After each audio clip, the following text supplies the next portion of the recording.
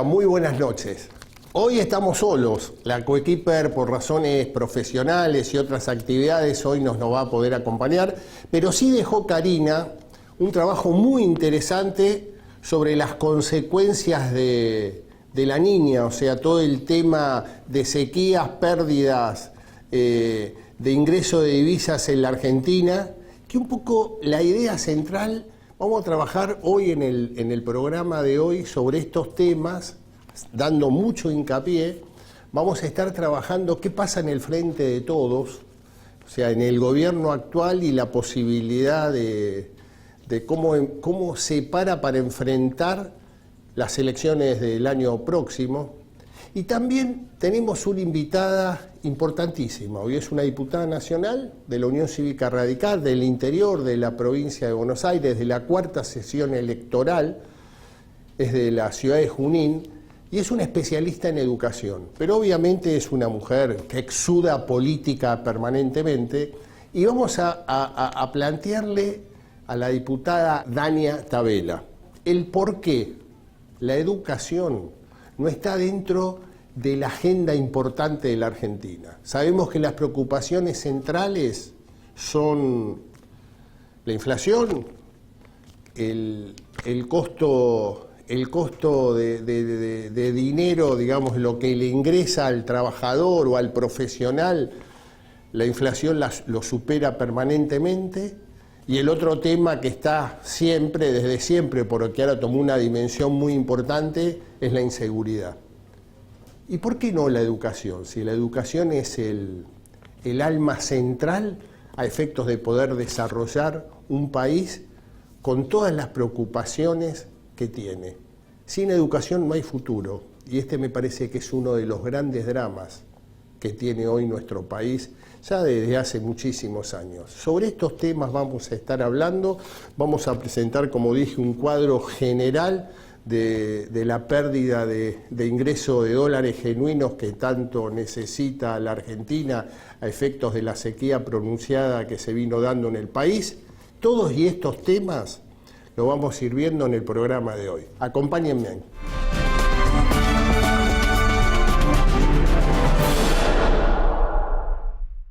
La editorial de hoy la llamé El frente de todos en su laberinto. Este es un año muy especial. La Argentina cumple 40 años de democracia y 20 años de kirchnerismo. Pero también hay otro dato, que en el año 2006 nace a la vida pública la agrupación La Cámpora, que indudablemente tiene un lugar de privilegio en el gobierno o en este frente que es el frente de todos, donde durante un año de Néstor Kirchner, 8 años de los gobiernos de Cristina Fernández de Kirchner, y entramos en el 4º año del gobierno de Alberto Fernández, digamos, de los 17 años de vida pública, 13 años fueron oficialistas, donde tuvieron acceso ilimitado a todos los recursos y arcas del Estado Nacional. ¿Por qué marco esto? Y marco esto porque en este laberinto que hoy está viviendo el Frente de Todos, vemos que la Cámpora, en estos largos 17 años, con todas las prebendas que tuvieron, no pudieron generar dirigentes con posibilidades de poder liderar un proyecto político. Dirigentes que puedan tener una empatía muy fuerte con la sociedad para poder generar respuestas a las graves necesidades y preocupaciones que tiene. Hoy vemos que después de 17 años la Cámpora no puede ofrecer a la ciudadanía y al peronismo específicamente un dirigente con posibilidades de ser competitivo en esta contienda electoral que se avecina en el mes de octubre del año 2023.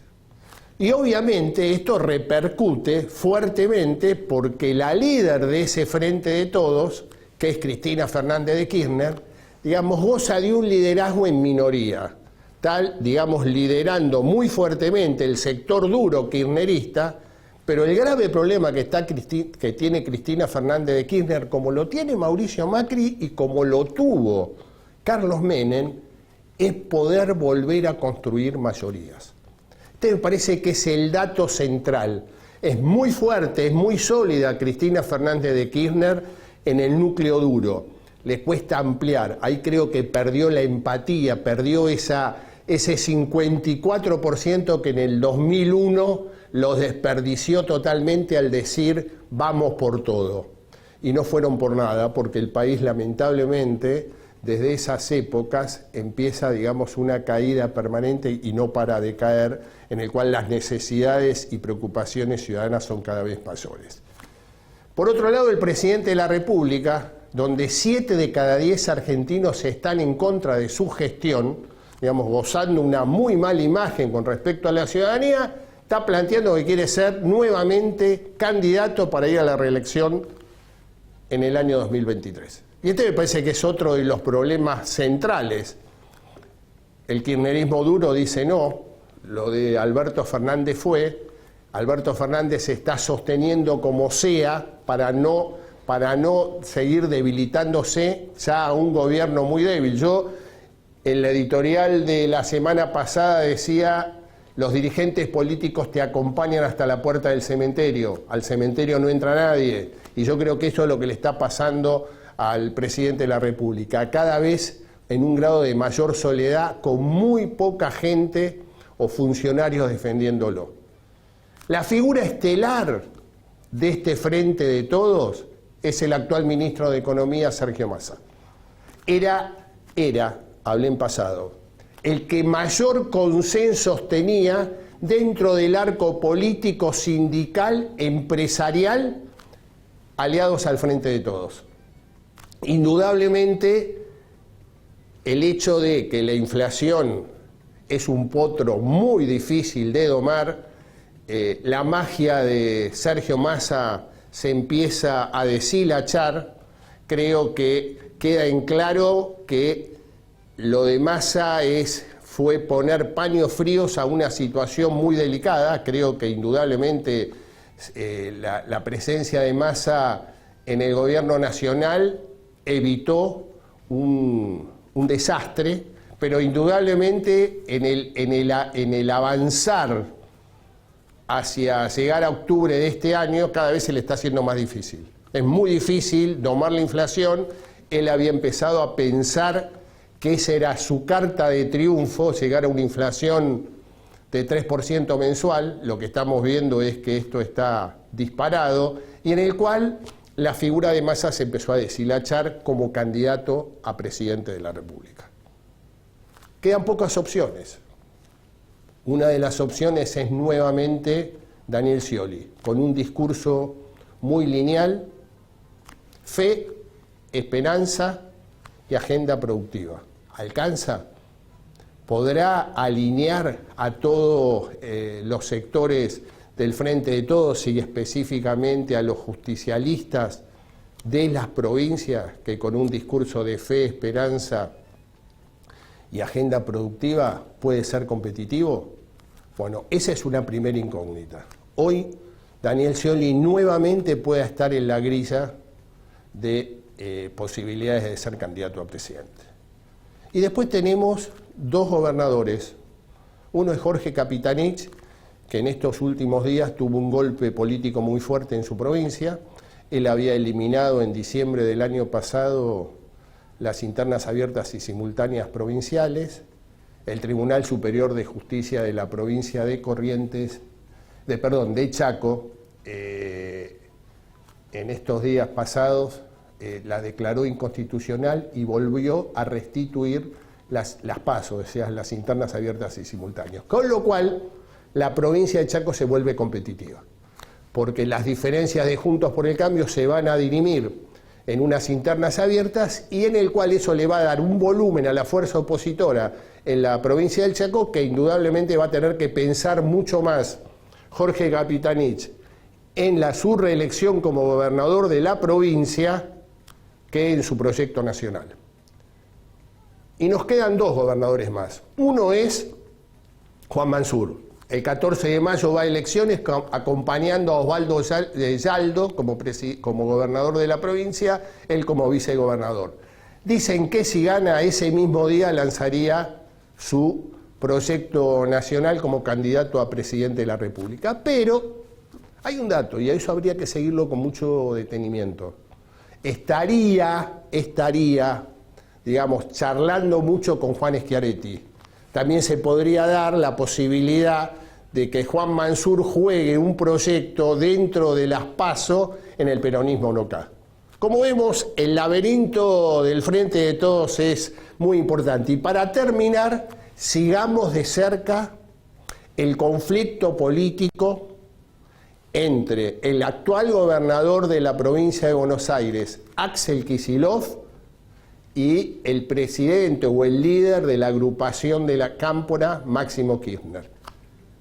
Máximo Kirchner quiere que el gobernador sea el candidato a presidente que represente los intereses del Frente de Todos. ¿Por qué? Porque es el dirigente kirchnerista que más retiene el voto del núcleo duro, el voto que acompaña fuertemente a Cristina Fernández de Kirchner. Obviamente el gobernador no quiere saber absolutamente nada. Quiere ir por su reelección, en el cual tiene posibilidades que pueda obtenerla. Digo, esto es el cuadro, por eso hablo de el Frente de Todos en su laberinto. Indudablemente están en el devenir dándose situaciones muy conflictivas. ¿Por qué? Porque se perdió fundamentalmente lo que llaman en el derecho comercial el affectio societatis. Hoy, cada dirigente del Frente de Todos está pensando en lo individual, no está pensando en lo colectivo, no está pensando en cómo resolvemos este tema. Me parece que este es el cuadro de situación en el cual el Frente de Todos enfrenta una elección muy difícil, con una situación económica delicada, una inflación muy difícil de controlar y una situación política interna donde cada gobernador atiende su juego, son proyectos provinciales y hoy el peronismo lo que no está teniendo es un proyecto nacional.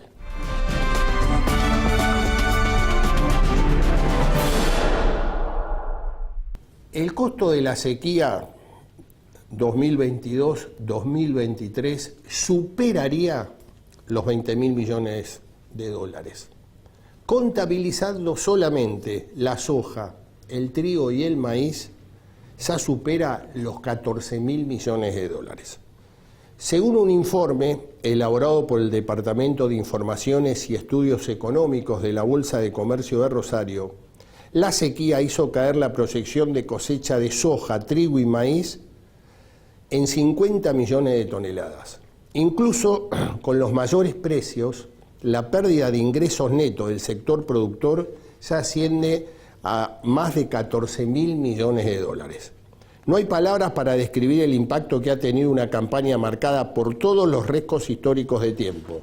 Déficit de lluvia por tercer año consecutivo en el verano, olas de calor persistente hasta bien entrado marzo, heladas agronómicas tan tarde como octubre de 2022 y tan temprano como febrero del 2023. Indudablemente el golpe sobre la fábrica a cielo abierto del campo ha sido dramático. Cultivos, animales, recursos naturales han visto semana a semana deteriorarse sus condiciones, hasta dejarnos en vísperas de un invierno con un vendamal de pérdidas. Solo enfocándonos en los cultivos de soja, trigo y maíz, que eso en conjunto es el 87% de la producción de granos en la Argentina y el 43% de exportaciones totales del país, el promedio de los últimos 3 años. Las pérdidas del sector productor superarían, como dijimos, los 14.000 millones de dólares.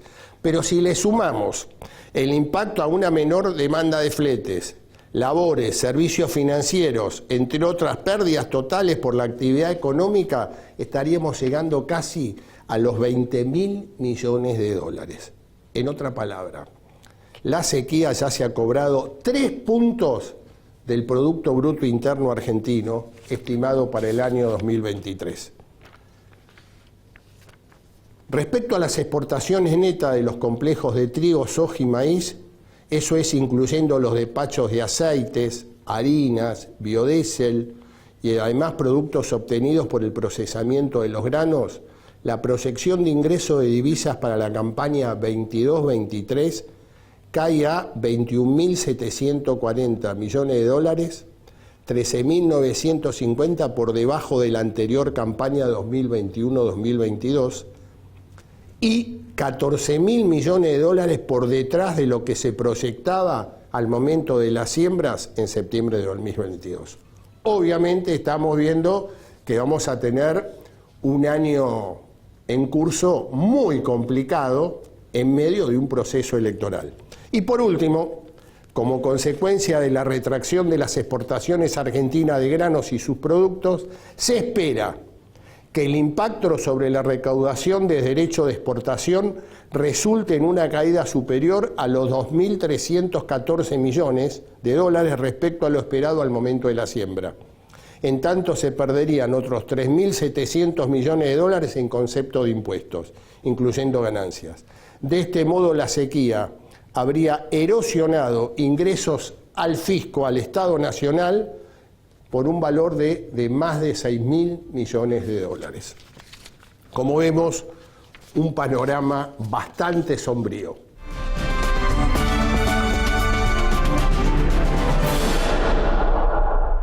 Y ahora ya está la invitada en nuestros estudios. Quiero hacer la presentación. ¿Quién es la invitada de hoy? La invitada de hoy es una diputada nacional de la Unión Cívica Radical de la provincia de Buenos Aires y que pertenece al sector interno Evolución.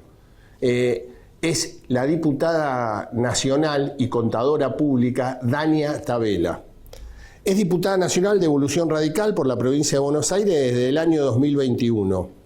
Es miembro de las comisiones de Educación, Ciencia y Tecnología, Mujeres y Diversidad y Obras Públicas. Vive en la ciudad de Junín, es contadora pública y magíster en finanzas públicas provinciales y municipales. Se destaca su tarea parlamentaria en la elaboración de políticas públicas que buscan garantizar el acceso a una educación de calidad. Por otro lado, desarrolla iniciativas destinadas a promover la igualdad de género y la eliminación de la violencia contra mujeres y niñas. Dania Tabela tiene una amplia trayectoria en el ámbito universitario. Este es un breve raconto del extenso currículum de la invitada de hoy, la diputada nacional Dania Tabela. Ya en minutitos estamos con ella. Por ahora, un breve corte.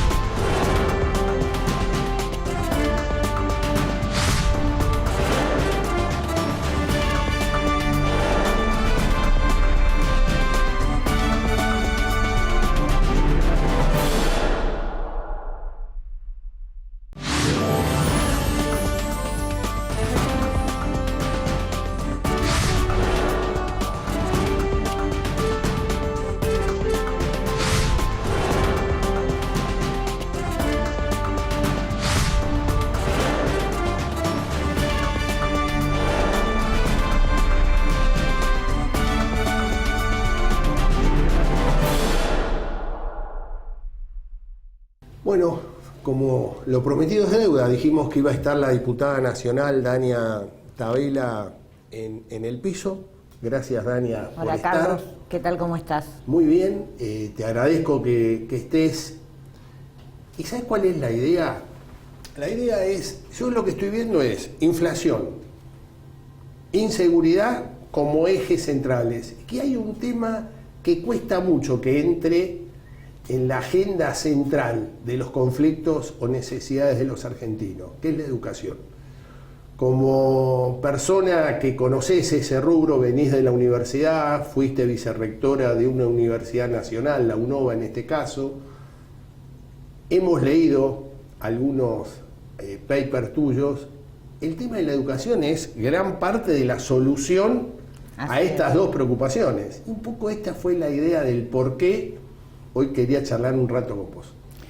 Gracias primero por la invitación. Siempre está bueno poder conversar sobre las ideas. Y la verdad que, como vos decís, la educación es, yo te diría que parte del problema, parte de la solución, es la gran solución que tenemos. Nosotros hace unos días salió el informe de Argentinos por la Educación y dice solo 4 de cada 10 chicos que llegan a la secundaria saben leer, escribir y cálculos matemáticos razonables para esa edad. Y la verdad que eso, además, en algunas provincias es peor, en otras es un poquitito mejor, pero está como consolidado ese dato.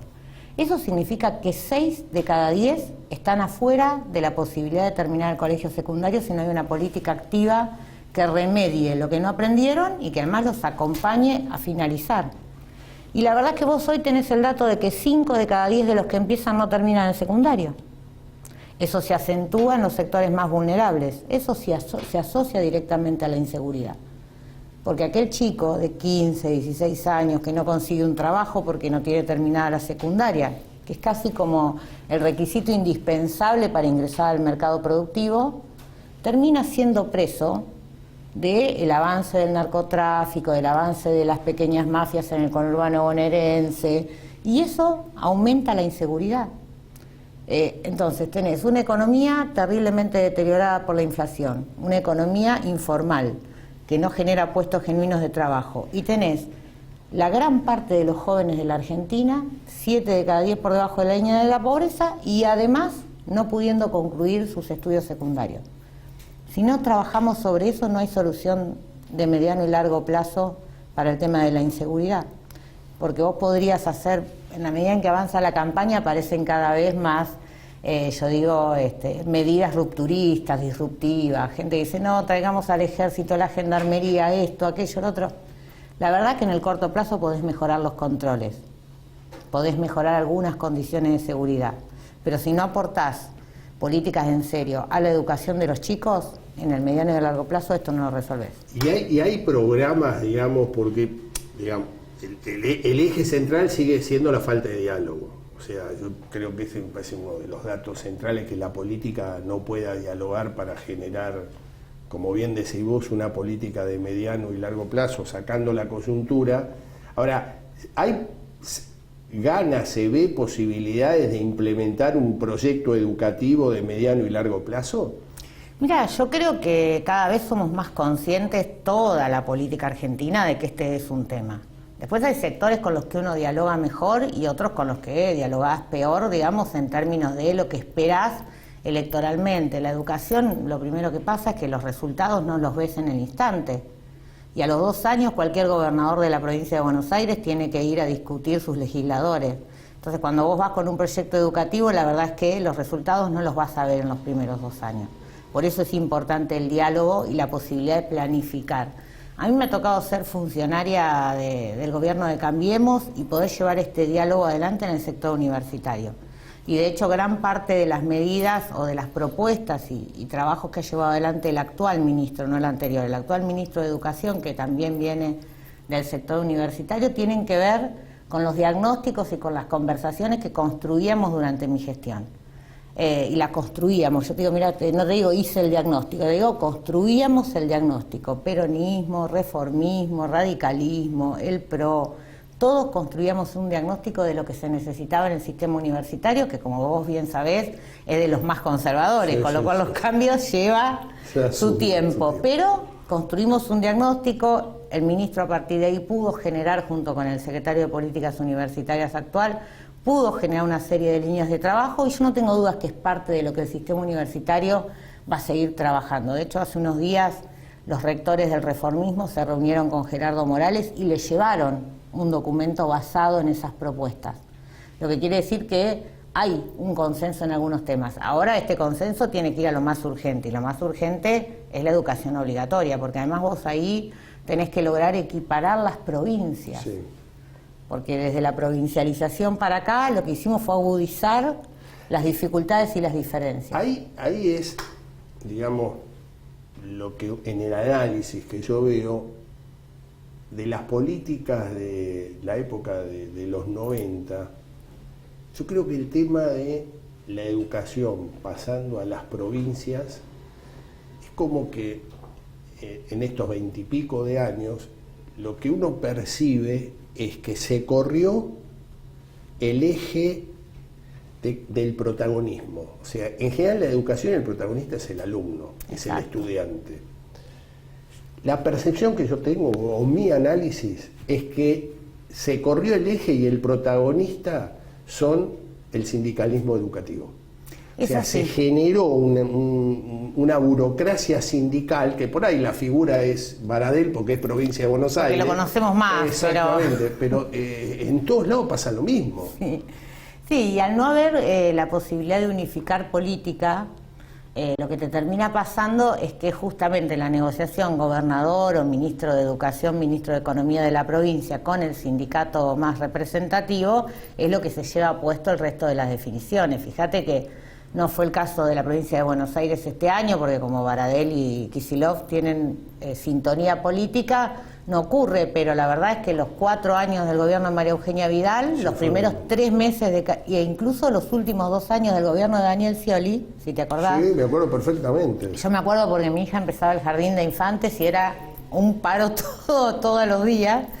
Los últimos 2 años de Daniel Scioli y los 4 de María Eugenia Vidal, el conflicto sindical se llevó puesto a la política educativa. Ahí además hay un tema que a mí me parece que con la provincialización de las escuelas, que lo que buscaba en ese momento, si yo no recuerdo mal, era eficientizar el gasto, lograr cierta eficacia en el gasto, pero además acercar la solución de los problemas al responsable territorial. Hubo algo que se nos perdió en el camino, que para mí es gravísimo, que fue la formación docente. Vos fíjate que nosotros también, cuando se hace esa provincialización, pasamos la formación docente a depender de las provincias.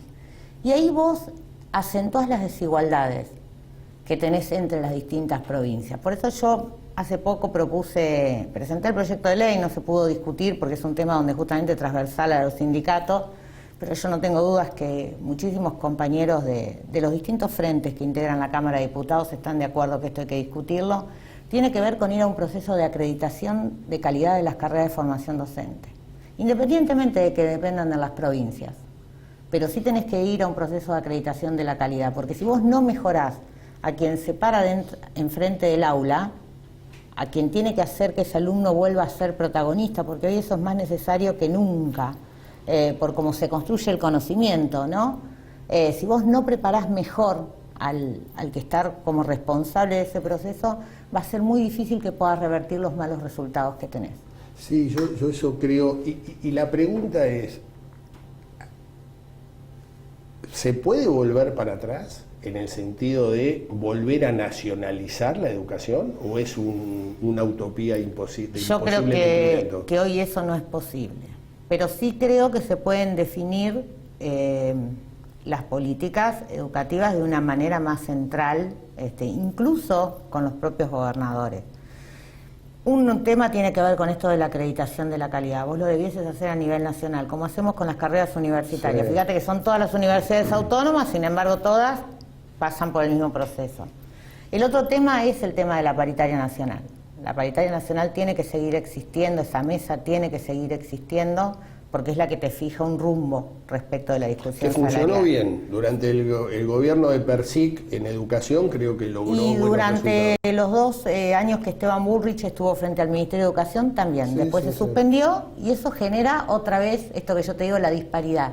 Claro. Después tiene que haber un proceso de planificación, digamos, ¿no? En la formación superior en todos los sentidos, porque vos lo que no te puede pasar es que tengas provincias que no tienen docentes de inglés o que no tienen Neuquén, o no tienen ingenieros en petróleo y tengas esos ingenieros o esos técnicos acá en Capital Federal. Esto es un tema que hay que discutir y volver a poner en sintonía todo el sistema de educación superior. Y después hay que trabajar de manera mancomunada con todas las provincias en cambiar la secundaria. Pues la secundaria hoy, vos acordaste cuando vos fuiste a la secundaria, cuando fui yo, la secundaria que te preparaba o para el mundo del trabajo, ¿te acordás? Perito mercantil, sí, sí, maestro mayor de obra, técnico, o para ir a los estudios superiores con el bachiller. Hoy eso está todo cambiado. Hoy los chicos, los adolescentes, sienten que van a perder el tiempo a la escuela, que no les aporta nada adicional a lo que ellos podrían obtener de algún otro lado, más que la etapa de socialización, que es muy importante. Y yo no quiero que los chicos sigan creyendo que la escuela no sirve para nada.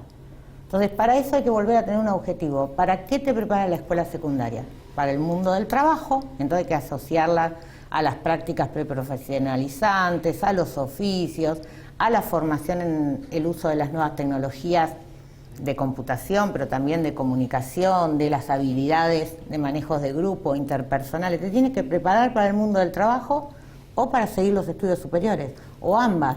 Pero lo que no te puede pasar es que no te prepares para nada, que vos vayas a una escuela donde estás 40 minutos con un docente, no lo volvés a ver hasta dentro de 2 o 3 días, con suerte que no tenga la hora libre, otros 40 minutos, porque ahí no se consolida nada, ni la relación del alumno con el docente, ni la relación del alumno con la materia, ni siquiera se consolida si el alumno tuviese la inquietud de generar algún conocimiento adicional al que tiene en el aula. Entonces, todas estas cosas hay que modificarlas. Yo creo que nacionalizar hoy es imposible. Sí creo que estas políticas se pueden decidir a nivel nacional y trabajar con las provincias en la implementación. No, porque aparte me parece que yo soy de los que creen que la verdadera grieta es esa.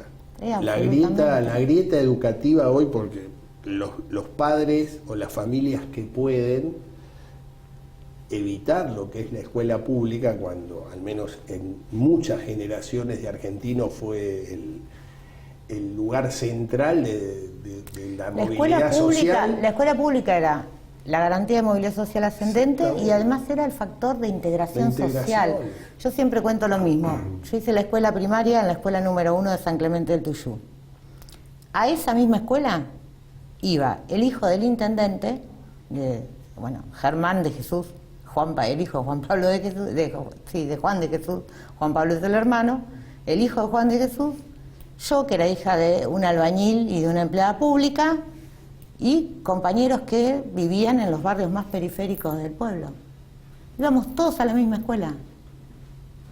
Y después unos estudiaron, otros trabajaron, otros se integraron socialmente de otra manera. A lo que voy es que todos teníamos la misma matriz o las mismas posibilidades. Tenía que ver con el esfuerzo que vos le pusieras. Hoy eso no existe más. La escuela pública está absolutamente abandonada por la clase media, porque la gente elige esto, no tener paro, elige tener clase todos los días porque tiene que ir a trabajar, es un factor de ordenador social.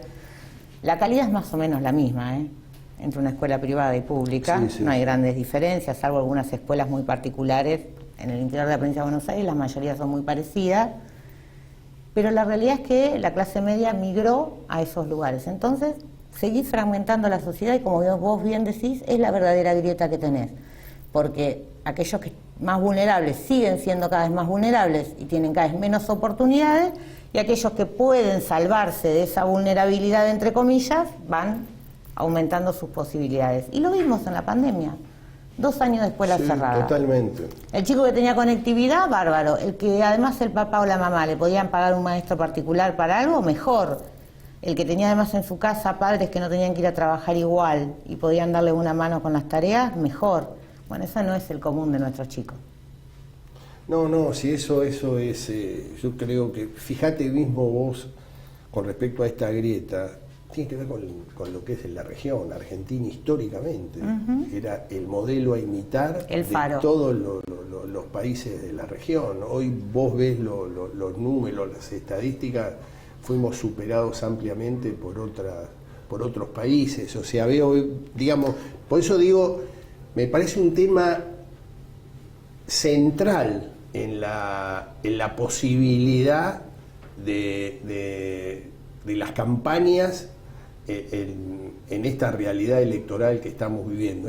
Por eso un poco la idea, yo sí soy medio fanático con estos temas, pero bueno, te hago una propuesta, hacemos una pausa y después sí te voy a tocar algunos temas de política. Dale, perfecto.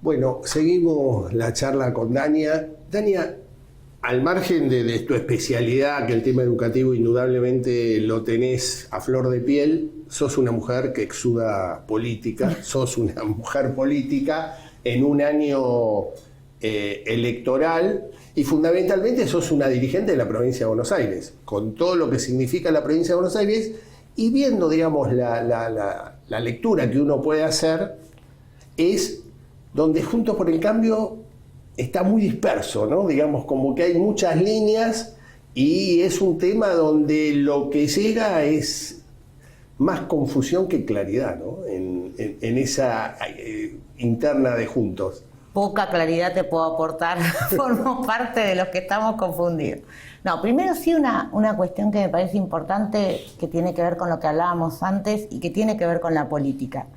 Muchas veces este tema de la educación se aborda desde la lógica del especialista y no desde la lógica de la política. Mira, yo discuto mucho con mis compañeros economistas porque el planteo mío siempre es el mismo. Vos lográs estabilizar la economía, por como fuera que lo hicieses, ¿no? Lográs empezar a tener un cierto crecimiento con la capacidad instalada ociosa que hoy tenés en la industria, en el campo, en los servicios, etcétera. ¿Cómo haces para que eso realmente sea crecimiento y desarrollo? Si no vas a tener o no tenés ningún plan para generar personas formadas que puedan sumarse a ese tipo de trabajo. ¿Y por qué te lo planteo en este momento? Porque esto tiene mucho que ver con la discusión que tenemos que dar en la provincia de Buenos Aires. Hasta acá, hasta hoy, todo lo que uno ve son candidaturas y poca expresión de propuestas y poca expresión de ideas, por lo menos ideas, como para que entre todos, quienes formamos parte de Juntos por el Cambio, podamos construir una plataforma de gobierno que no sea para ir al debate en la tele, una plataforma de gobierno que sea, bueno, el 11 de diciembre, ¿qué empezamos a hacer? ¿Convocamos a los gremios y discutimos la acreditación de la calidad docente? ¿Hacemos un convenio con la Comisión Nacional de Evaluación Universitaria para que nos acrediten los institutos de formación docente de la provincia? Discutimos partir la carrera docente en dos, el que está frente al aula, y agregamos el ítem aula y agregamos el ítem desempeño para mejorar salarialmente, y aquel que no quiere estar frente al aula, que siga con lo que viene haciendo. Generamos la carrera de directivos. Digo, todas estas cosas que no son inventos, Lo hizo Cava, se hacen en otras provincias. Hay que mirar un poquito, hay que abrir la cabeza, mirar un poquito lo que pasa alrededor. Y Juntos por el Cambio tiene hoy una crisis, yo digo una crisis de crecimiento. Cada vez que vos tenés posibilidades de ganar la elección, empiezan a existir distintas miradas, si querés, distintos matices, y también obviamente ambiciones legítimas y propias de quienes han tenido, no sé, se me vino a la cabeza Joaquín de la Torre, de quienes han tenido una aquilatada trayectoria en la política y que hoy ven la posibilidad de discutir la gobernación. Está muy bien también. Que me parece fantástico, de hecho pasa en la Unión Cívica Radical. Nosotros hoy tenemos 3 candidatos.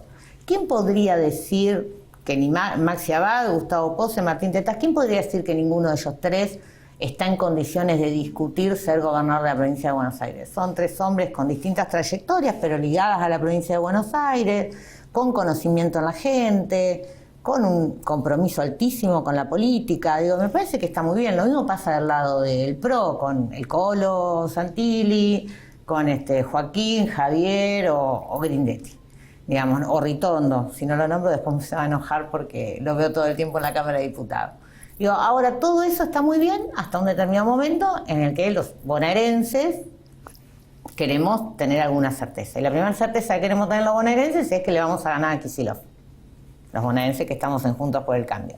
Y aquellos bonaerenses que quieren un cambio en la provincia y que no encuentran todavía ninguna certeza de que eso va a pasar. Y para ganarle a Kicillof, obviamente hay que juntar todos Juntos por el Cambio. Hay que discutir también con otras fuerzas que hoy no están en Juntos por el Cambio, pero que indudablemente tienen una mirada parecida sobre algunos temas. Y esto hay que empezar a hacer el ejercicio. Mucho va a tener que ver con cómo se ordene todo a nivel nacional. Obviamente. Pero lo provincial también tiene que ver con esto de empezar a trabajar desde mi mirada ideas. Bueno, ¿qué vamos a hacer el 11 de diciembre con la provincia de Buenos Aires?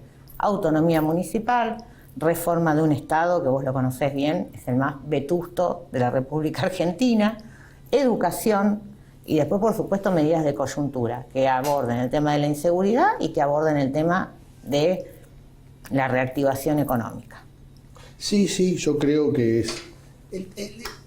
Yo lo que veo al margen de lo que fue la reforma en el 1994, el voto directo, yo creo que el 2005, en la interna del peronismo, donde Cristina Fernández de Kirchner le gana a la señora de Duhalde, a Chiche Duhalde, parece que entró en una espiral de conurbanización de la política. Todo pasó por el conurbano y se empieza a dejar de lado todo el país. Digamos, y me parece que toda la política se volcó ahí y es como que todo atiende en el conurbano, sin ninguna propuesta integral de la provincia. Yo miraba el censo, Dania, y miraba, y, digamos, el interior de la provincia son más de 6 millones de habitantes. Digamos, esa voz está representada, digo. Es por eso yo te planteo el tema de que hay que discutir ideas, y nosotros, bueno, con Martín Tetaz lo llevamos, gran parte de lo que hemos hecho hasta acá tiene que ver con eso, con recorrer toda la provincia, porque efectivamente, además, si nosotros no llevamos una política hacia el interior de la provincia, la realidad que vos tenés hoy en el conurbano se acrecenta. Totalmente. Porque vos tenés ciudades detonadas, sin infraestructura, sin posibilidades de trabajo, pero la gente si en el interior no tiene condiciones de arraigo, es muy difícil que no trate de migrar hacia donde cree que puede desarrollar un poquito mejor su vida. La conurbanización de la discusión de la política, que yo te diría que es una cuestión más metropolitana, ¿no? Es Cava y los cordones que la rodean, está además acentuada por los medios de comunicación y por lo que hoy son las redes sociales. Todo pasa en este predio, en la metrópolis, en el área metropolitana. Y la verdad que los que somos del interior esto lo sentimos, y lo sentimos mucho. Nosotros hemos discutido hasta el cansancio, vos lo sabés, por la ruta 7, por la ruta 8, por la ruta 9, por las principales rutas que no solo nos benefician a las pequeñas ciudades o a las medianas ciudades del interior, sino también en definitiva a toda la cadena logística del país. Todo entra y sale por esas rutas. Y la verdad que nos llevó más de 20 años discutir que las empiecen a arreglar, que las empiecen a hacer autovía. Hoy por suerte la 8 está terminada, la 9 está terminada, la 7 está en eso, digamos, realmente avanzó muchísimo. Nos queda un tramito nada más, que es complejísimo transitarlo, pero es un tramo. Ahora digo, ¿cuánto nos llevó a discutir eso? Y una vez que resuelves eso, empiezan las que conectan, porque tenés que discutir las 5, tenés que discutir las 6. No es un tema menor discutir las rutas en la provincia de Buenos Aires. Toda la producción de la provincia de Buenos Aires se mueve por ahí. Sí, sí. No hay otra alternativa, porque hay que ir al puerto de Bahía o al puerto de Buenos Aires o cruzar para el puerto de Chile. No hay otra forma, o a Rosario, digamos, pero hay que cruzar. Hay que salir de la provincia. Totalmente. Y no tenemos rutas, y no tenemos seguridad para transitar esas rutas, y tenemos un montón de problemas. Y la gente ante esos problemas termina pasando que migra a las ciudades. Mirá, en las ciudades del interior de la provincia, las que son muy cercanas al campo, Junín, Rojas, Pergamino mismo. Hace un tiempo que vemos un fenómeno, que es el fenómeno de la desruralización. Esto tiene mucho que ver con lo educativo también. Sí, totalmente. Las escuelas rurales van perdiendo importancia. Fíjate, acordate la discusión que hubo durante el gobierno de Vidal, si las cerrabas, no las cerrabas, bueno. Van perdiendo relevancia, van perdiendo importancia. Entonces, ¿qué es lo que pasa? Cuando los chicos empiezan la secundaria, se van al pueblo. Y la mamá, que se va con esos hijos. Entonces el hombre queda solo en el campo, como peón de campo. Alambrador, el trabajo que haga. Al poco tiempo también se va al pueblo. Y changuea en el pueblo. Claro. Pierde calidad de vida, toda la familia, pierde condiciones laborales, te deja sin mano de obra el campo, sin trabajadores el campo, y se superpueblan ciudades que no tienen condiciones para absorber esa cantidad de habitantes. Entonces es un proceso de urbanización o de desruralización no planificado. Sí. Y además cuando toda la riqueza que se produce, que se genera en esa zona, se genera en el campo. Nosotros tendremos que hacer al revés, mejorar las condiciones para que la gente se quede en el campo. Y ahí un poco, te diría, el corazón de esta idea que se tuvo en un canal rural de hablar de política, es ver la integración entre la política y la dirigencia del campo, ¿no? O sea, yo lo que veo son como compartimentos estancos. Sí. Lo único que se discute es retenciones sí, retenciones no. Y me parece que ahí es donde verdaderamente hay que empezar a trabajar, o sea, la posibilidad de integrarse, porque esto que estás planteando, con un buen diálogo, con propuestas, con planes, se puede solucionar rápidamente. Pero absolutamente se puede solucionar. Se puede trabajar de manera conjunta. Mira, muchas universidades del interior tenemos programas que trabajamos con la UATRE, que trabajamos con las sociedades rurales, con Carvap, bueno, depende, o con la Federación Agraria, depende de quién sea más fuerte en el pueblo, ¿no? En la zona, porque, por ejemplo, otra realidad que tiene el campo, lo he conversado mucho con ellos, es que la gente no está formada, preparada para las nuevas tecnologías que hay en el campo. Hoy un tractor no es el abuelo subiendo al nieto enseñándole a poner el amarillo ese viejo primera y que arranque. Hoy un tractor es toda una computadora. Entonces hay que tener conocimiento de la tecnología, el tractor te indica si está húmedo, si no está húmedo, si sembrás y cosechás, digo, todo eso necesita formación. Y no una formación de una carrera universitaria de 15 años, no necesitas ser ingeniero agrónomo, necesitas formación corta, rápida y eficaz para atender esa tecnología puntual. Y eso lo pueden hacer las instituciones universitarias del interior, y de hecho lo hacen. Pero no termina de ser algo más que voluntarismo entre sectores, cuando debería ser un plan. Exactamente. Y ahí tenés que agregar otro dato importante, que es la incorporación de la mujer. Bueno. En ese tipo de trabajos. Absolutamente. Hoy ya no hay una limitación en muchísimo trabajo para que la mujer forme parte de la actividad rural. Sin embargo, en la medida en que vos no tecnologizás, porque no tenés incentivos del gobierno para hacerlo, no tenés formación educativa, porque no tenés un plan para poder llevar a esos lugares, y desruralizás, la mujer se va. La mujer se va y todo eso se pierde cuando en realidad uno debería estar fortaleciendo las poblaciones rurales, semirurales, las urbanas muy pegadas a las rurales, donde también hay que mejorar las condiciones de transitabilidad de los caminos rurales, digamos, pero hay mucho para hacer en el interior de la provincia de Buenos Aires. Y la verdad que a mí me gusta que me hayas preguntado esto, porque yo no lo escucho nunca plantear. No. Salvo por algunos intendentes, que pobres, como tienen que poner el cuerpo, como digo yo siempre, los verdaderos. Por eso yo uno de los planteos que hago tiene que ver con la autonomía municipal. Porque esos son los que ponen el cuerpo en serio. Al gobernador o a la gobernadora de la provincia de Buenos Aires se los ve después poco una vez que llegan al gobierno por el interior, salvo que vayan a inaugurar un edificio. Los que ponen el cuerpo todos los días son los intendentes. Y eso tienen que dar respuestas. Y lo que nunca tienen por parte de la provincia es un plan para poder dar esas respuestas.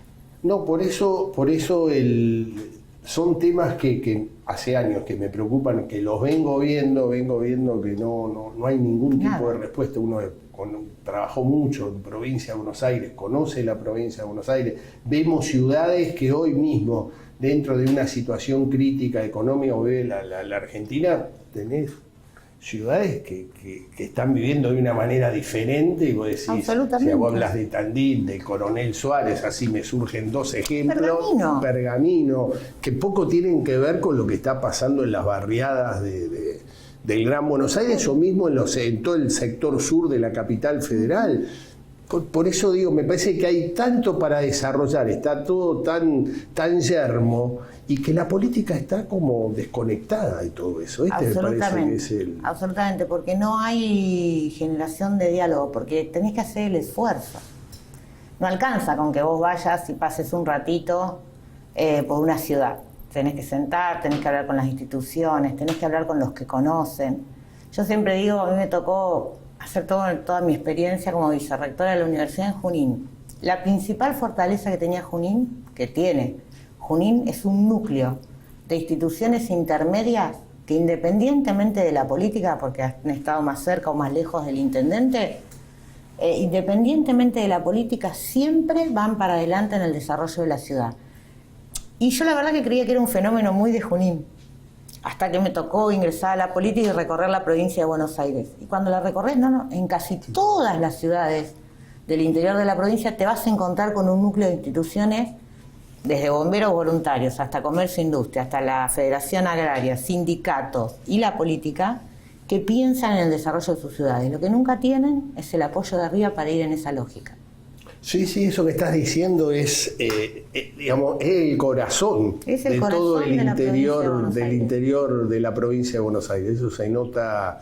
E instituciones que hablaste como bomberos, que en muchas ciudades forma parte del eje central. Son la institución, ahí se dan los talleres de RCP, ahí se concentra la gente para determinados festejos también, cuando hay un problema o una desgracia.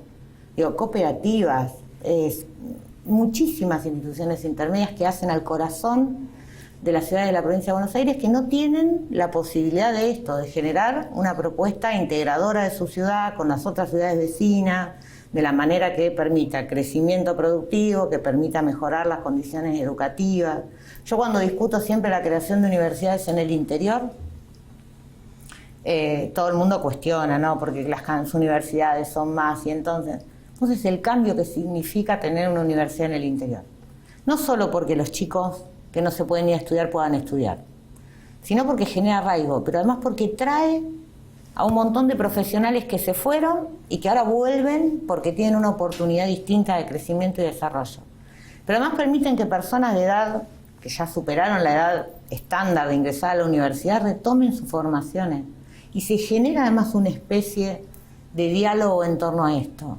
Y después la universidad es una protagonista de la ciudad. A nosotros nos pasó cuando la Pueblada, cuando todavía Mario Meoni era intendente, que mataron a una chica en un asalto, la Pueblada, la universidad concentró a todas las instituciones y a las fuerzas para poder discutir cómo íbamos a salir de ese momento, que era muy crítico, muy difícil para la ciudad.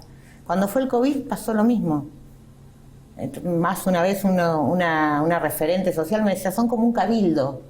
El edificio de la universidad es como un cabildo, vienen todos. Claro, porque sí. Es el lugar que une, que hay pluralidad de ideas, pluralidad de voces. Eso no divide. Eso no divide, ese lugar une. Y entre todos las soluciones son más fáciles. ¿Qué es lo que...? ¿Qué es lo que no se entiende a veces de la política? Yo digo, entre todos, cuando vos agrandás la mesa de la discusión, hay más miradas, hay más opiniones, encontrás mejores soluciones. Dania, se nos acabó el tiempo. Te agradezco. Voy a hacer el cierre del programa. Bueno, Carlos, muchísimas gracias a vos. No, por favor. Muchísimas gracias. Y ahora, el dato futurar. Y el dato futurar tiene que ver con lo que vinimos desarrollando hoy en el programa y también con el proceso electoral que ya está lanzado y fundamentalmente la preocupación muy fuerte que hay en el frente de todos, porque indudablemente los números no terminan de ser lo suficientemente gordos para enfrentar este proceso electoral. Y ahí la preocupación de muchos dirigentes del Frente Renovador, la fuerza que lidera el actual ministro de Economía de la Nación, Sergio Massa, en el cual un grupo de dirigentes de la región centro del país, es decir, la región núcleo, la región productiva más importante, la mayor generador de divisas, le empezaron a acercar al ministro algunas inquietudes, fundamentalmente en productores, en pequeños productores, aquellos de 300 hectáreas para abajo, en el cual están con necesidades económicas muy difíciles, muy ahogados, con pocas perspectivas. Y este es lo que está pasando hoy, en el cual muchos dirigentes le están diciendo generar algún tipo de medidas económicas que tiendan a que este sector importante de pequeños productores puedan empezar a desarrollar este año 2023, hacer un trabajo pensado para poder recuperar las pérdidas terribles que tuvieron con la sequía. Y es por eso que una de las medidas que están solicitando es una baja de retenciones específicamente a ese sector, 300 hectáreas para abajo, y ver la posibilidad de algún tipo de crédito para que puedan tener el volumen económico necesario para poder empezar a cosechar un año que lamentablemente va a seguir siendo muy difícil. Lo único positivo es que se terminó el ciclo niña y empieza el ciclo niño, que en la medida que no haya inundaciones, al tener la tierra tan noble como está en el suelo argentino, las posibilidades de crecimiento son muchas. Es por eso que estos dirigentes del Frente Renovador, fundamentalmente de la provincia de Santa Fe, le están pidiendo al ministro de Economía medidas concretas para productores menores, de 300 hectáreas para abajo. Esto ha sido todo por hoy. Esperemos que haya sido un programa productivo y los esperamos la próxima semana. Esto es Futurar, pensar y hacer.